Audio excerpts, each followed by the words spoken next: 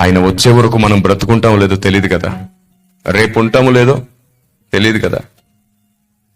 ఎన్నిసార్లు ఆయన మీ గదిలోకి వస్తాడో తెలుసా? మీరు మాట్లాడతారేమోనని. నిద్ర లేవగానే ఫోన్ పట్టుకుంటావు గాని, నిద్ర లేవగానే ఒక్కసారి మోకరించి ఆయనతో మాట్లాడడం అలవాటు చేసుకో. 1 నెల ఉదయం లేవగానే ఫస్ట్ మోకరించి ఆయనతో మాట్లాడు. ఆయన వెయిట్ చేస్తూ ఉంటాడు, నువ్వు ఎప్పుడెప్పుడు లెగుస్తావా అని. బహుశా నీకు ఆయన స్వరం వినబడదు, 2 నెలలు వినబడదు, సంవత్సరం వినబడదు. ఆయన ప్రార్థిస్తూనే ఉండు, నీ మాట ఆయనకు వినబడుతుంది. 2 సంవత్సరాలు గడిచిపోతుంది, ఆయన స్వరం నీకు వినబడకపోవచ్చు, కానీ నీ స్వరం ఆయనకు వినబడుతూ ఉంటుంది. నువ్వు నిద్ర లేవడానికి ముందు ఆయన నీ ముందుంటాడు. నువ్వు నిద్ర లేవగానే ఫోన్ పట్టుకుని ఏదో అప్డేట్స్ చూస్తుంటే ఆయన బాధపడుతున్నాడు.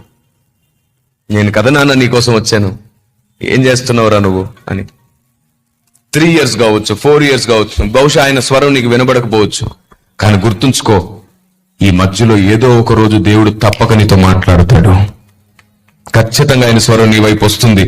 ఆ రోజు మనుషులు నీ ముందు నిలవలేనంత శక్తి నీకు వస్తుంది.